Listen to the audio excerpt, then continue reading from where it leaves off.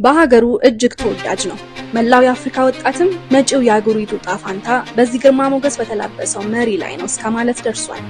የሰደቡትን የሚሰድቡለት፣ በክፉ ዓይን ያየህ ዓይን ይጥፋ ብለው የሚራገሙለት በርካቶች ከጎኑ አሉ። ከድጋፍ ጋር ሲወዳደር እዚህ ግባ ባይባልም የሚያደርገውን ሁሉ በዓይነ ቁራኛ የሚከታተሉም አልታጡም። ወትሮም የአፍሪካ መሪ ጅማሮ እንዲህ ነው፣ አምባገነንነቱን ጭቆናውንና ደም ማፋሰሱን አዘናግቶ ነው የሚከውነው የሚሉም ይሰማሉ። እኛ ፍርዱን ለጊዜ ሰጥተን ስለ 37 ዓመቱ የቡርኪና ፋሶ መሪ ኢብራሂም ትራኦሬ ትንሽ እንበላችሁ። በምዕራብ አፍሪካ የምትገኘው ቡርኪና ፋሶ እስካሁን 9 የተሳኩ መፈንቅለ መንግስቶችን በማስተናገድ በዓለም በርካታ መፈንቅለ መንግስቶች የተደረጉባት ሀገር ሆናለች። 29 ሚሊዮን የህዝብ ብዛት ያላት ቡርኪና ፋሶ የቆዳ ስፋቷ 273600 ኪሎ ሜትር ስኩዌር ነው። በፈረንሳይ ቅኝ ግዛት ለ64 ዓመታት ያህል የቆየችው ይቺ ሀገር እንደ አውሮፓውያን አቆጣጠር በ1960 ነፃነቷን ተቀዳጅታለች። ከነፃነት ድል በኋላ እድል ከቡርኪና ፋሶ ጋር አልነበረችም። የፖለቲካ አለመረጋጋት፣ የዜጎቿ ድህነት፣ ተላላፊ በሽታው ሀገሪቷን ክፉኛ ደከማት። እስካሁንም ድረስ ታሪክ በጀግንነት የሚያወሳው ቶማስ ሳንካራ እንደ አውሮፓውያን አቆጣጠር በ1983 መንበረ ስልጣኑን ሲይዝ ሀገሪቷ መነቃቃትን አሳየች። አብዮታዊው ቶማስ ሳንካራ ስልጣን ላይ የቆየው ለ4 ዓመታት ብቻ ቢሆንም የሀገሪቱን ስም ከአፐር ቮልታ ወደ ቡርኪና ፋሶ ከመቀየር ጀምሮ በተለይ በጤናና በትምህርት ዘርፍ ከፍተኛ ለውጥ አምጥቷል። ቀስ በቀስ በመላው የአፍሪካ ሕዝብ ዘንድ እንደ አብዮተኛና የአፍሪካ የቁርጥ ቀን ልጅ መቆጠር ሲጀምር ግን ነገሮች ተቀያየሩ። የቅርብ ጓደኛው በሆነው ብሌዝ ኮምፓወሬ በተመራው መፈንቅለ መንግስት በ37 ዓመቱ ተገደለ። ለ4 ዓመታት ያህል በመልካም የእድገት ጎዳና ላይ የነበረችው ቡርኪና ፋሶ ዳግም ጨለማ ለበሰች። ቶማስ ሳንካራን በመፈንቅለ መንግስት ካስወገደ በኋላ መንበረ ስልጣኑን የተቆናጠጠው ብሌዝ ኮምፓወሬ ሀገሪቱን ለ27 ዓመታት አድቅቋታል። የቡርኪና ፋሶ ዜጎች ተስፋ ርቋቸው ደመነፍሳቸውን ወዲህ ወዲያ በሚሉበት ወቅት ለሱም ተራው ደረሰና ብሌዝ ኮምፓወሬ መፈንቅለ መንግስት ተደረገበት። ወታደራዊ መንግስት ስልጣን ሲይዝ የቀድሞ ፕሬዝዳንት ወደ ጎረቤት ሀገር ኮት ዲቯር ኮበለለ። ዳግማዊ ሳንካራ ይሉታል። የዓለማችን በእድሜ ትንሹ መሪ የ37 ዓመቱ ኢብራሂም ትራኦሬ ሐሞተ ኮስታራ፣ ደፋር፣ ምዕራባውያንን መለመን አጥብቆ የሚጠላ ለሀገር ወጣቶች ዳግም ተስፋ የሆነ መሪ ነው ይሉታል ደጋፊዎቹ። ዝቅተኛ ኑሮ ከሚመራ ቤተሰብ የተገኘው ኢብራሂም ትራኦሬ ከሀገሪቱ ግዙፍ ዩኒቨርሲቲ ኡጋዱጉ በጂኦሎጂ የመጀመሪያ ዲግሪውን አግኝቷል። ከዛም በወታደራዊ ምልመላ የጦር ኃይሎችን ከተቀላቀለ በኋላ በቡርኪና ፋሶ ብሔራዊ አካዳሚ ሰልጥኗል። የሽግግር መንግስት ሆኖ ስልጣን ከያዘበት 2022 ጀምሮ ያስተላለፋቸው ውሳኔዎች የሀገሪቱ ወጣቶች ልባቸውን እሱ ላይ እንዲያሳርፉ አድርጓቸዋል። የሀገራቸውን ባንዲራ ዳግም እንዲያውለበልቡ፣ ስለ ሀገራቸው እንዲቆጩ፣ ድህነት ላይ እንዲነሱ ተስፋ የሆናቸው ይህ ወጣት ነው። ድፍድፍ ነዳጅ፣ ወርቅ፣ ፕላቲኒየም እንዲሁም ሌሎች በዓለም ላይ ተፈላጊ የሆኑ ማዕድናትና የተፈጥሮ ሀብቶች ሞልተው የፈሰሱላት ብትሆንም ዜጎቿ በከባድ ድህነት የሚማቅቁባት አፍሪካ ለዘመናት በተፈጥሮ ሀብቷ ሌሎች እየከበሩ እሷ ግን አንገቷን ደፍታ ቆይታለች።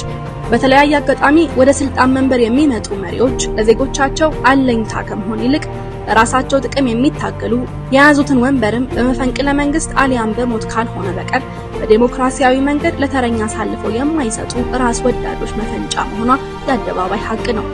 ጥቅመኝነት ሳያታልላቸው፣ የህዝብ ሀብት ሳያስጎመዣቸው ለዜጎቻቸው የተሻለ ጤና ስርዓት፣ ትምህርትና ሁለንተናዊ ለውጥ ለመስራት የሚተጉ ጥቂት በጨለማ ውስጥ ብርሃን የሚፈነጥቁ መሪዎች ብቅ ቢሉም አፍታም ሳይቆዩ የሚጠፉባት ናት። ለዚህም ማሳያ የሚሆነው የቡርኪና ፋሶ ፀሐይ ቶማስ ሳንካራ ነው።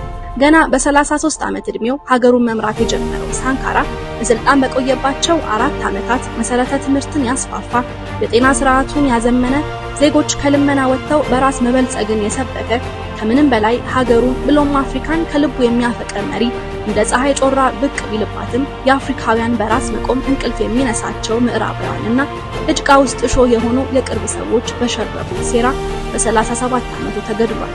ይህ በተፈጠረ ከ3 አስርት ዓመታት በኋላ ሳንካራን መሳይ ወጣት ዳግም ብቅ ቢልም ለተለመደው በአጭር ሊያስቀሩት ከውስጥም ከውጭም ሴራ በስቶበታል።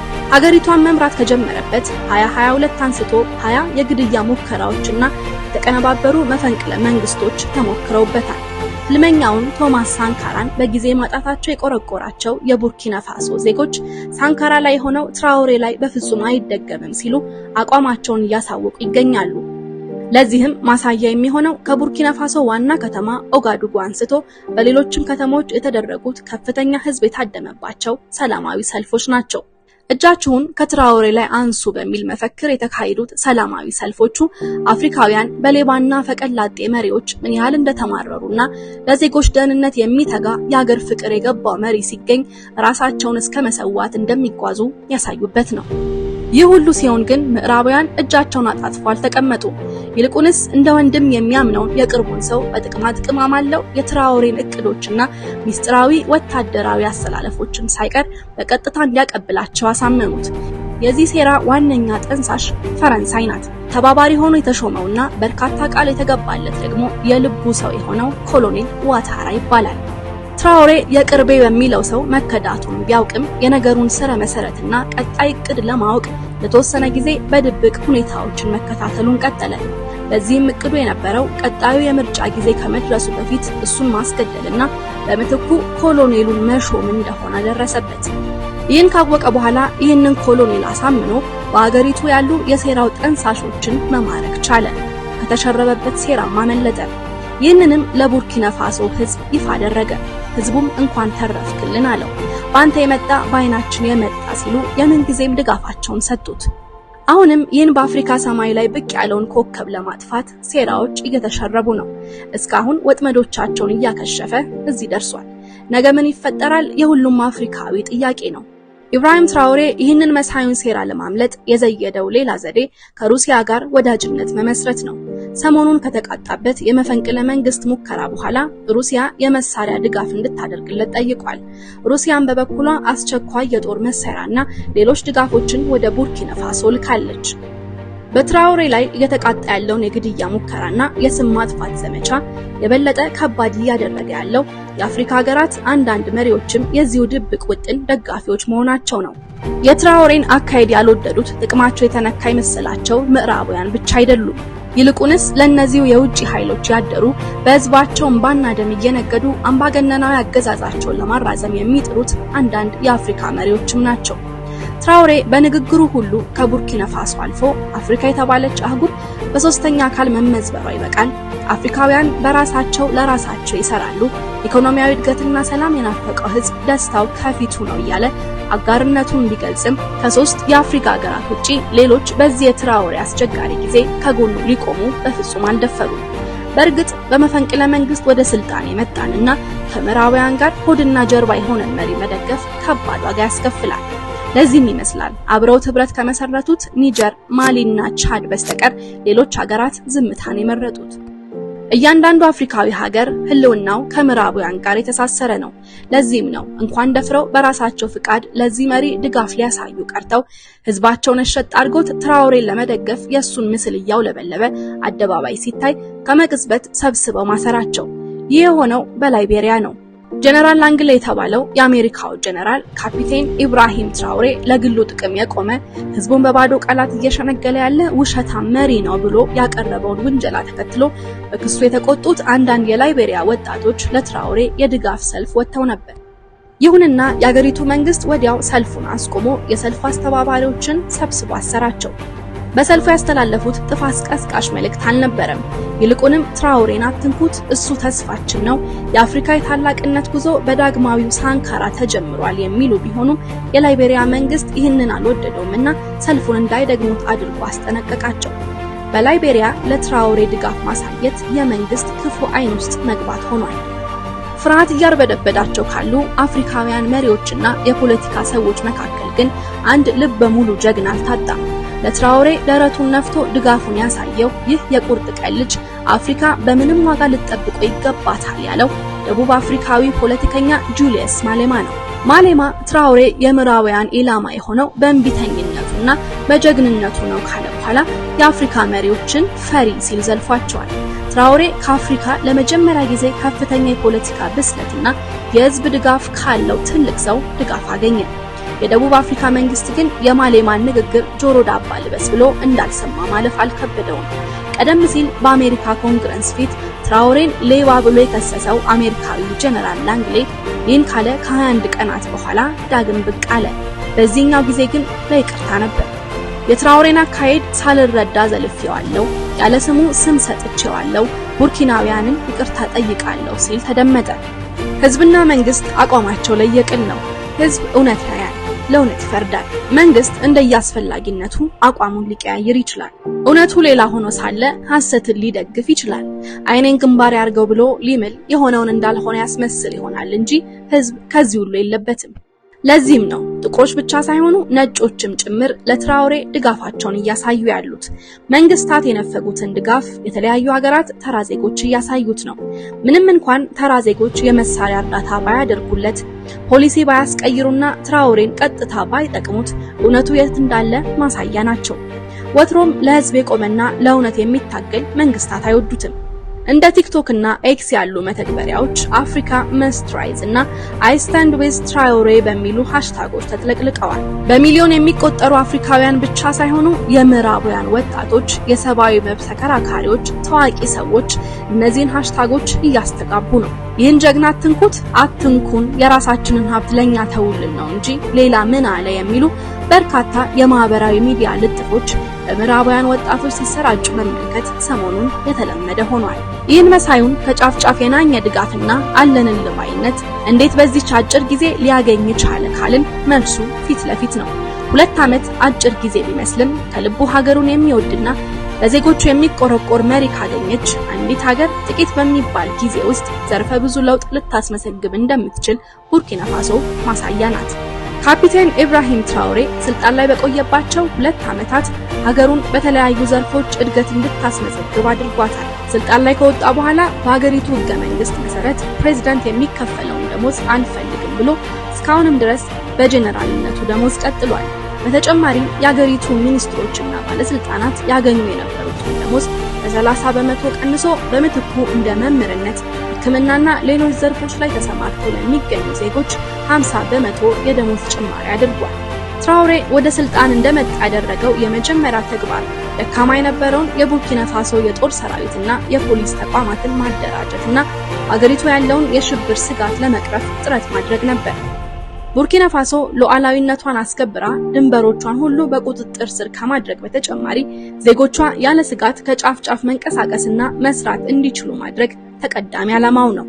ይህን ለማድረግም ትራውሬ ከምዕራባውያን ጋር የነበረውን ግንኙነት በማቋረጥ በምትኩ ከሩሲያ፣ ቻይና፣ ህንድና ከሰሜን ኮሪያ ጋር ወዳጅነቱን አጠናክሯል። ይህን በማድረጉም አሁን ላይ ሀገሩ ቡርኪና ፋሶ ዘመናዊ የጦር መሳሪያዎችን የታጠቁ ብቁ ሰራዊቶች ያሏት ስትሆን አሸባሪዎች ላይ ውጤታማ የሚባሉ እርምጃዎችን እየወሰደች ትገኛለች። ይህን ተከትሎም በቀጠናው በነበረው አለመረጋጋት ምክንያት ከቀያቸው ርቀው የነበሩ ከ673000 በላይ የሆኑ ዜጎች ለየቤተሰቡ አንዳንድ ጎጆ ሰርቶ በመስጠት በቀያቸው ኑሮ እንዲቀጥሉ አድርጓል። ይህ ወጣት መሪ በግብርናው፣ በጤና፣ በማዕድንና በኢንዱስትሪው ዘርፍ እያደረገ ያለውን ለውጥ አስደናቂ የሚባል ነው። 2000 ያህል ትራክተሮችንና 1000 ሰብል ማመላለሻዎችን በመግዛት እርሻ ስራ ላይ ለተሰማሩ ዜጎች አዳርሷል። በተጨማሪም ከጀርመን ጋር አጋርነትን በመመስረት ለግብርናና እርሻ ዘርፎች የሚያስፈልጉ ዘመናዊ መሳሪያዎችን ከጀርመን ለማስመጣት የረጅም ጊዜ ውል ተፈራርሟል። አገሪቱ የምግብ አቅርቦቷን በማሳደግ ሁሉም ዜጋ ቢያንስ በቀን 3 የምግብ እንዲያገኝ ለማድረግ እየሰራ ነው። ከነዚህ ስራዎቹ መካከል ሁሉንም የእርሻ መሬቶች በመንግስት ወጪ በማረስ ብሎም ለገበሬው የእህል ዘሮችንና አስፈላጊ ግብዓቶችን እያሟላ ይገኛል። ለመጠጥም ሆነ ለሰብል የውሃ እጥረት እንዳይኖር በሀገር አቀፍ ደረጃ ለመስኖ እርሻ የሚያገለግሉ ግድቦችን የመስራት ሂደትም ተጀምሯል። ለረጅም ዓመታት በሀገሪቱ ውስጥ በነበሩ ግጭቶችና ሽብርተኞች ምክንያት በተለይ በገጠራማ አካባቢዎች የሚገኙ ትምህርት ቤቶች በመውደማቸው በርካታ እድሜያቸው ለትምህርት የደረሱ ልጆች የትምህርት ገበታ ላይ መገኘት አልቻሉም ነበር። ለዚህ ችግርም መፍትሄ ይሆን ዘንድ 1100 የሚሆኑ ትምህርት ቤቶችን በማደስና የሚያስፈልጉ ግብዓቶችን በማሟላት ህፃናት ወደ ናፈቃቸው ትምህርት እንዲመለሱ ማድረግ ችሏል። ይህን ባደረገ ማግስትም ከተለያየ ትምህርት ቤት ከተውጣጡ ተማሪዎች ጋር ቆይታ አድርጓል። የወደፊቷ ቡርኪና ፋሶ በእናንተ መዳፍ ውስጥ ናት፣ በርትታችሁ ተማሩና ለሀገራችሁ ድረሱላት ሲል መክሯቸዋል። ከትምህርቱ ዘርፍ በተጨማሪ በአገሪቱ በነበረ ቀውስ ምክንያት የወደሙ የጤና ማዕከላትን መልሶ በማደስ እንዲሁም አንድ ግዙፍ ሆስፒታልና 50 ተንቀሳቃሽ ጤና ኬላዎችን በማዘጋጀት ቡርኪናውያን የጤና አገልግሎት እንዲያገኙ አድርጓል። የትራኦሬ መንግስት ለኢንዱስትሪ ዘርፍም የሚሰጠው ትኩረት ከፍተኛ ነው። አንድ የምግብ ማምረቻ ኢንዱስትሪ፣ አንድ የቲማቲም ፕሮሰሰር ፋብሪካና አንድ የሪሳይክሊንግ ኢንዱስትሪ ዞንን አቋቁሟል። በባንኪንግ ዘርፉ ላይ እንዲሁ የተለያዩ አዳዲስ ፖሊሲዎችን የተገበረ ሲሆን ቡርኪናውያን የሚገበያዩበትና በነጻነት እንደ አቅማቸው ሀብት የሚያጠራቅሙበት ትሬዠር ዲፖዚት የተሰኘ የህዝብ ባንክ አቋቁሞ ስራ አስጀምሯል። የመሬት ሙቀትን ለኤሌክትሪክ ኃይል መጠቀም የሚያስችል ፋብሪካን ገንብቷል። የኒውክሌር ኃይል ማመንጫን ጨምሮ ሌሎች የኃይል አማራጮችን ወደ ስራ ለማስገባትም እየሰራ ነው። እነዚህ የጠቀስናቸው የወቅቱ የቡርኪና ፋሶ መሪ ካፒቴን ኢብራሂም ትራኦሬ ከከወናቸው ዘርፈ ብዙ ተግባራት ጥቂቶቹ ናቸው። እነዚህ ለውጦች የፕሬዝዳንቱ ተቃዋሚዎች እንደሚሉት ሰውየው አፈጮሌ ሆኖ ሳይሆን በእርግጥም ድህነትና የሰላም እጦት ላሰቃየው የቡርኪና ፋሶ ህዝብ እንደ ካሳ ሆኖ የመጣ የቁርጥ ቀን ልጅ መሆኑን ይመሰክራሉ። እኛም እድሜ ይስጠንና ወደፊት የሚፈጠረውን ለማየት ያብቃን። እንደ አፍሪካዊ ለዚህ ጠንካራ መሪ መልካም እድል እንመኛለን። ቸር ያገናኘን። ውድ ተመልካቾች እስካሁን ይህንን ቻናል ሰብስክራይብ ካላደረጋችሁ ሰብስክራይብ አድርጋችሁ ቤተሰብ ሁኑ። ቪዲዮን ከወደዳችሁት ላይክ እና ሼር ማድረግም አትርሱ። እናመሰግናለን።